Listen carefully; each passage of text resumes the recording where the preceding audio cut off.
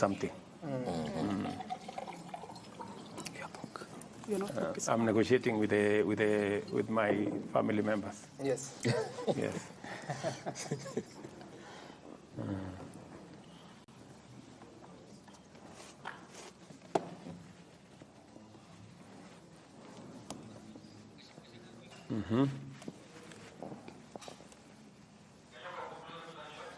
Nilikuambia hii maneno mimi siwezani naye. Naona sasa.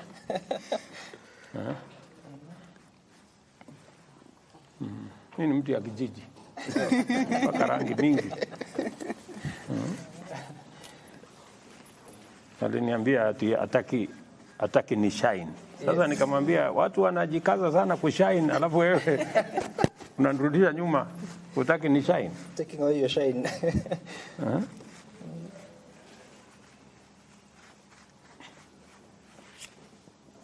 Asante. Kuna mtu amelalamika mahali? The cameras. Kuna watu wanalalamika huko Kamera inalalamika. Wanasema haonekani ama nini? Iko shida? Oh, lo. Maybe we change the position.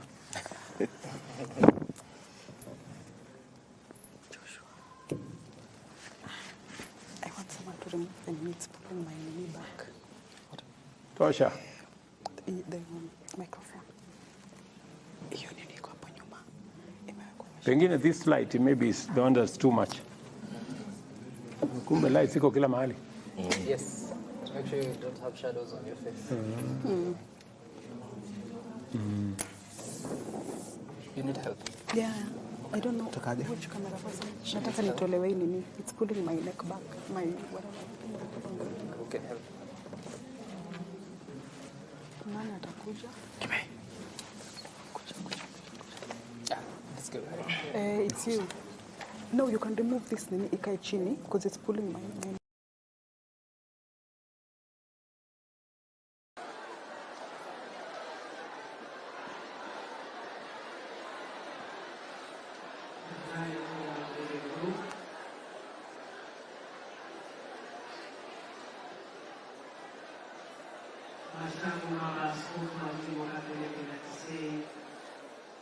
Mheshimiwa Rais wa Jamhuri ya Kenya Daktari Ruto.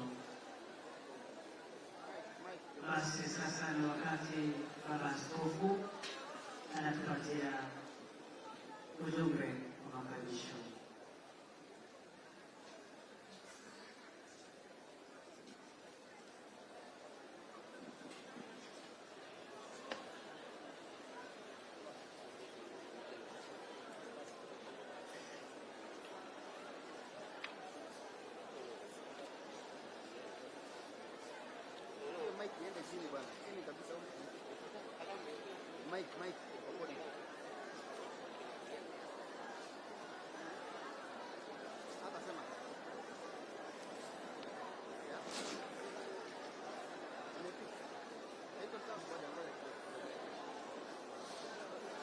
Wakristo wapenzi, hayawi hayawi hayawi hayawi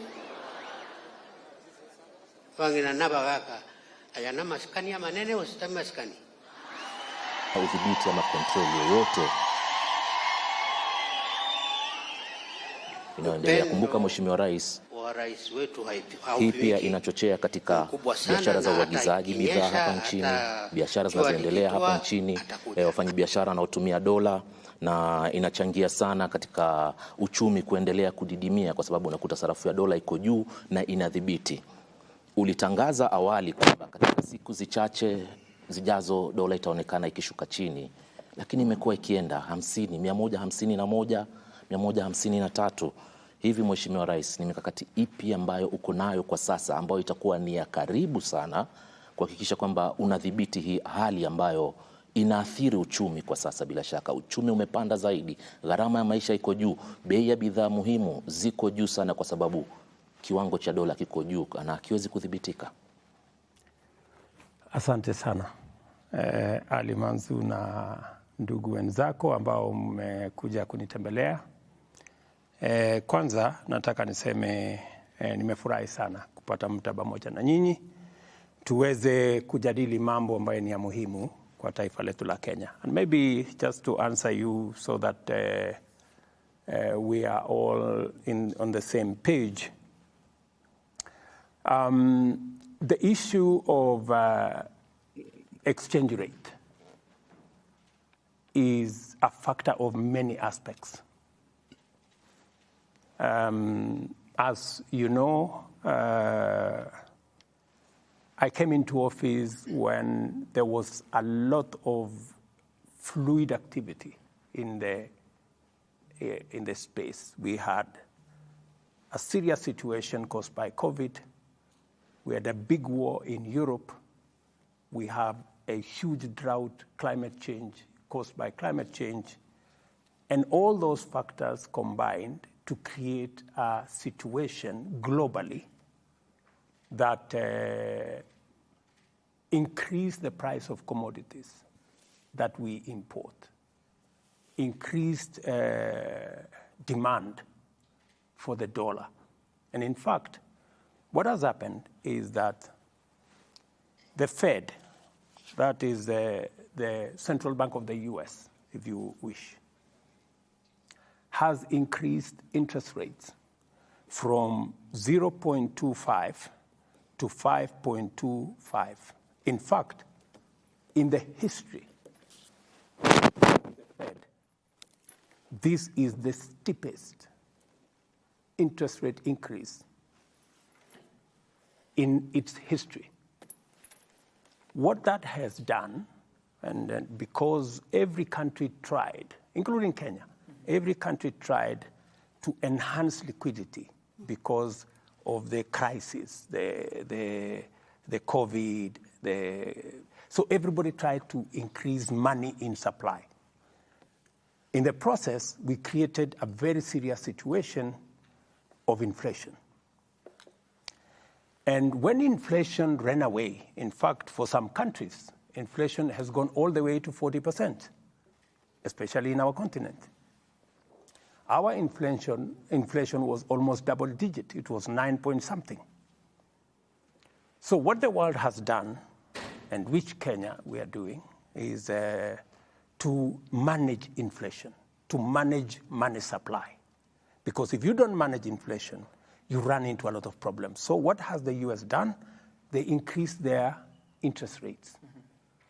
And because of the increase on interest rates, there was the demand for the dollar. People who had invested outside the US began to see an opportunity in the US. And so there was a lot of dollars leaving Kenya, leaving other countries, going to the US. What does that mean? It reduces the supply of dollars. And therefore, as compared to Kenya shillings, then the situation went up. Everybody expected that the US would ease on interest rates, on increasing their own interest rates. They didn't. That was the expectation of the whole globe. That's number one. Number two, in Kenya, we were maintaining an artificial exchange rate. You had the central bank governor, Mr. Thuge, say that this interest rate of this exchange rate of 130 that we were maintaining was artificial. I mean, it was maintained using our foreign exchange reserves. What happened? The government of Kenya spent $2.6 billion. That is almost 400 billion Kenya shillings in, supporting the Kenya shilling so that it doesn't go to its actual exchange rate. How did they do that? You sell dollars, Kenya reserves. You sell it to the market so that you increase supply of dollars at a price that is not the actual price, a subsidized price. So this is the central bank. Central bank selling to the market. Yes, the central bank of Kenya. Where are they getting it from? The dollar itself. Our reserves. We have reserves. Yes, the reserves as of that time were just over 4-point-something months. Yes, that is exactly what happened. That's why those reserves came down to 3-point-something months. Mr. President. Today, and let me just finish. So because of that artificial support, when I came in, that is unsustainable. And it is partly why we have a crisis in our economy, because we were doing things that have no market support. So what I decided is we cannot, because it was anyway going to end up in a bigger crisis. So we stopped the artificial supply of dollars into the market. That's number one. We also, and that is why the rates went up. It is better for the rates to be up and they are not supported by artificial. We are not losing any foreign currency as a country. And what has happened is that imports to Kenya have gone down because our exports are now much more attractive. In fact, the people in the tea sector, the people in the coffee sector are earning much more than they were earning before. So what has happened is we are now keeping the exchange rate at a market rate, that we are not artificially supporting it. Yes, Mr. President, we will get to... And what will happen is once the international economic space eases out, the dollars then, the exchange rate will then come down consistent with our own management. Thank you. So in April last year, you did say that you will bring down, or the shilling will come down to about 115. This is an interview on accountability. That shilling has moved from 120.37. We are looking at 153.78 by Friday. And this is the central bank official rate. We also know that this is not the actual rate that actually Kenyans are spending when they go to buy the dollar. You promised that the government-to-government deal will fix this problem. Has it failed? And if so, what really happened? Let me tell you, my brother, if I hadn't structured the G2G deal, the dollar today maybe would be at 250. That's how serious it would be. Why? Because the US Fed kept on increasing their interest rates. And you know very well that we can do the things we have done as Kenya, but we are also subject to the global economy. The G2G deal has worked. If we hadn't experienced an increase in the Fed, the dollar would be at 120 today. But because they kept on increasing the US exchange rate, our exchange rate, if we hadn't done the G2G transaction, if we were still going to the market to look for $500 million, 60 billion Kenyan shillings every month, and in fact, many banks, by the way, were waiting for the dollar to be at 200. Yeah, they will have to wait for a while because we have done things that nobody expected would be done, and we have managed to make sure that although things are not going the way we had planned, but they haven't gone overboard.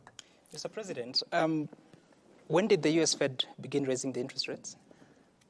Maybe 2 years ago, immediately after the COVID situation. That is when they began to Meaning increase. they were already doing this by the time of your election? But they were not at 5.2.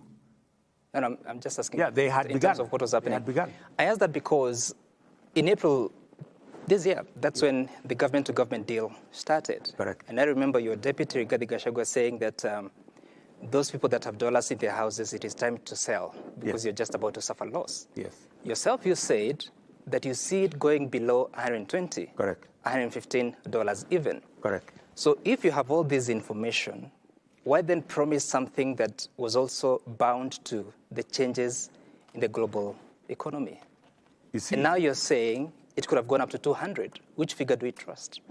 Let me tell you, my friend, we live in a global environment. And I know you're saying that because when we structured the G2G,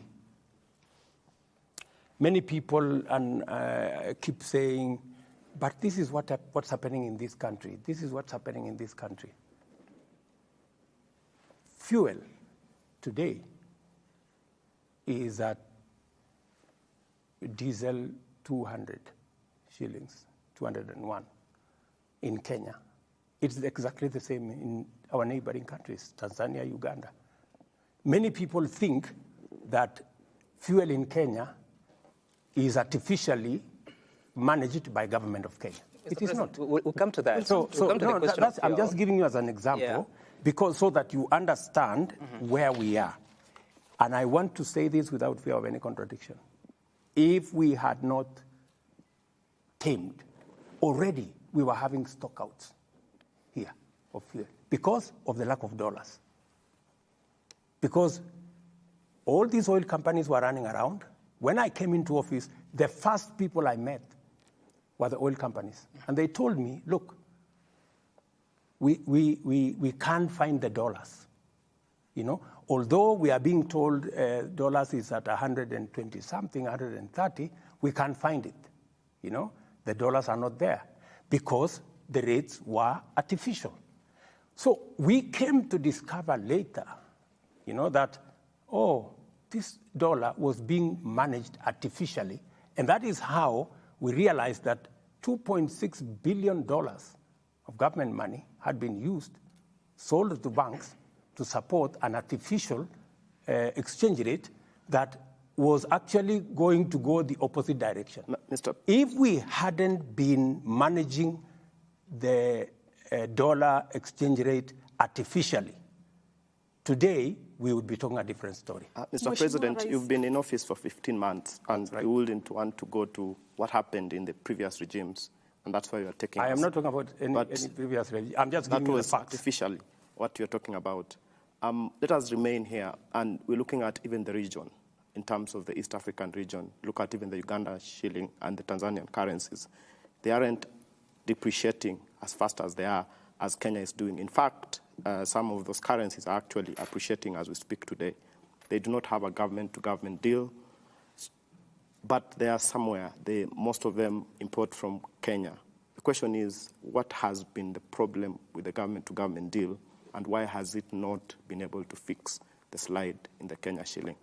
You know, the government-to-government deal is not the only thing that will fix the exchange rate.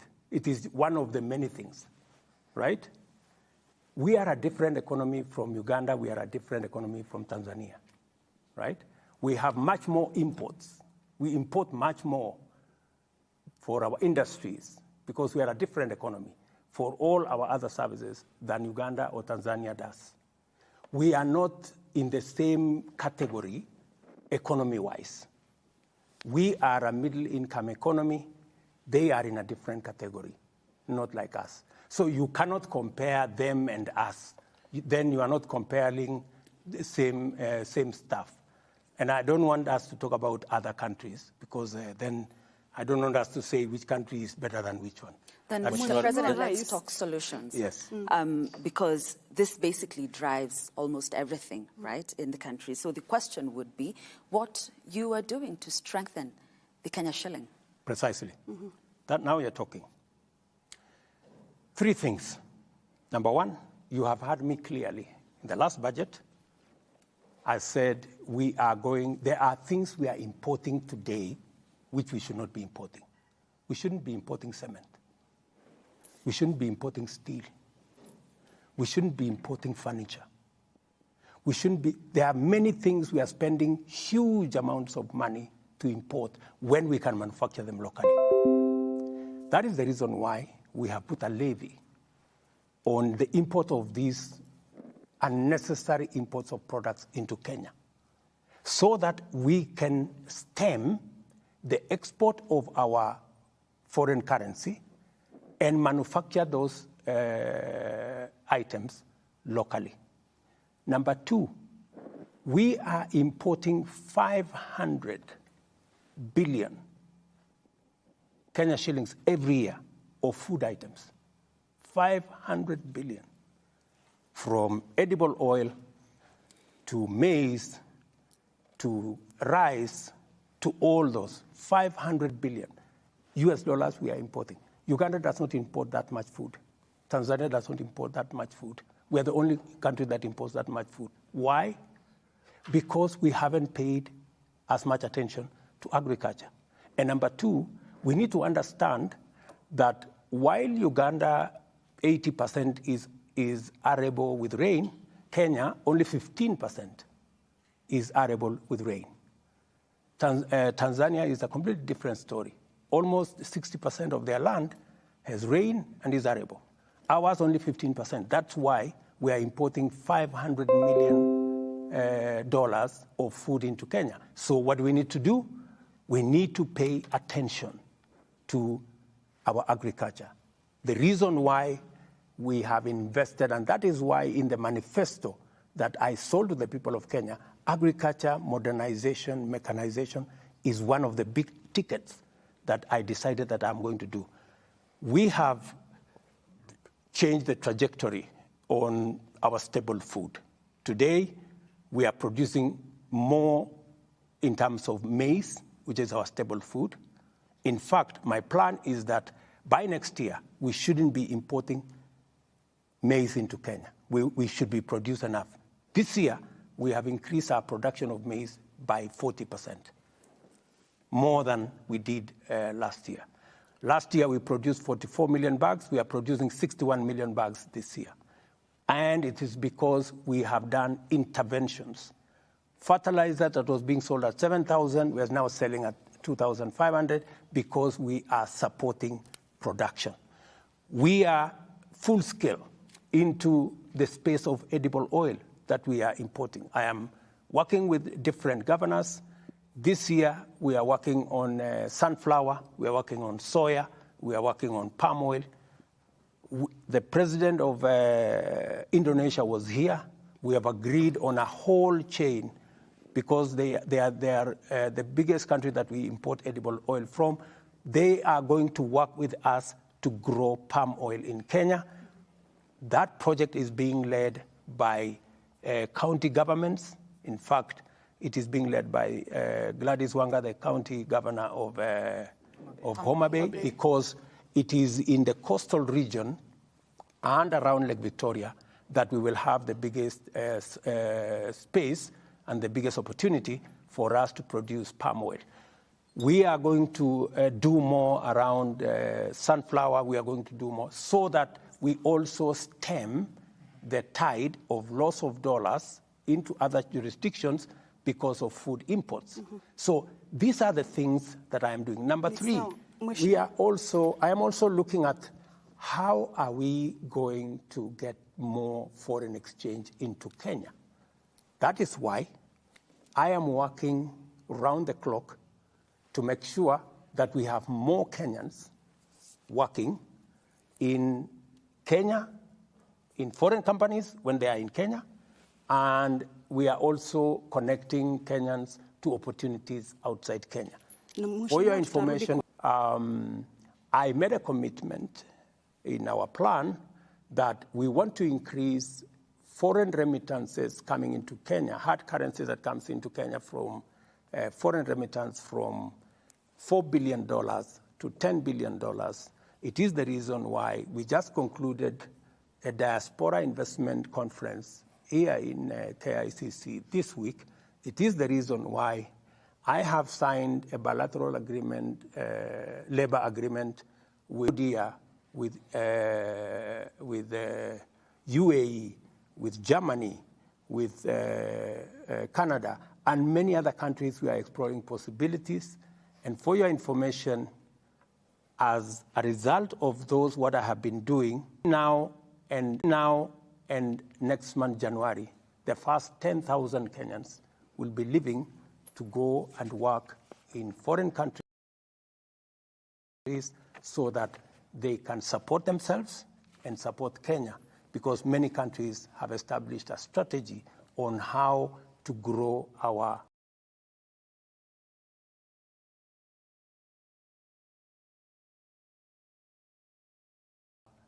to grow their foreign exchange earnings. Na Mheshimiwa Rais, tutarudi kwa hilo swala. On the other hand, maybe still on the government-to-government deals, is it giving us as a nation the desired results? Absolutely. 8 months down the line. Product or program, many countries are seeking